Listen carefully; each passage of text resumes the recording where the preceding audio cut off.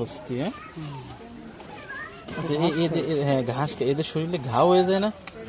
কারণ কি? হুম, আর সবসময় পানিতে থাকলে তো ঘাও হয়ে যাবে কথা শরীর। তাও তো কিছু হয় না। জল হস্তি কি এর শরীরের ওয়েট কি বুঝছিস? হ্যাঁ, কামড় দেয় নাকি আবার? কামড় দেবে নাকি? ঘা হয়ে যায় শরীর না, ঘা হয়ে যায় না কেন? কিন্তু হয় না। ওই যে গোসল করে না তারও তো হয় না। আল্লাহ তাআলার সৃষ্টি এমন ভাবে, হ্যাঁ, এই জন্য এর নাম জল হস্তি, সবসময় জলেই থাকবে। আছে, জলেও আছে ওই পাশে দুটো।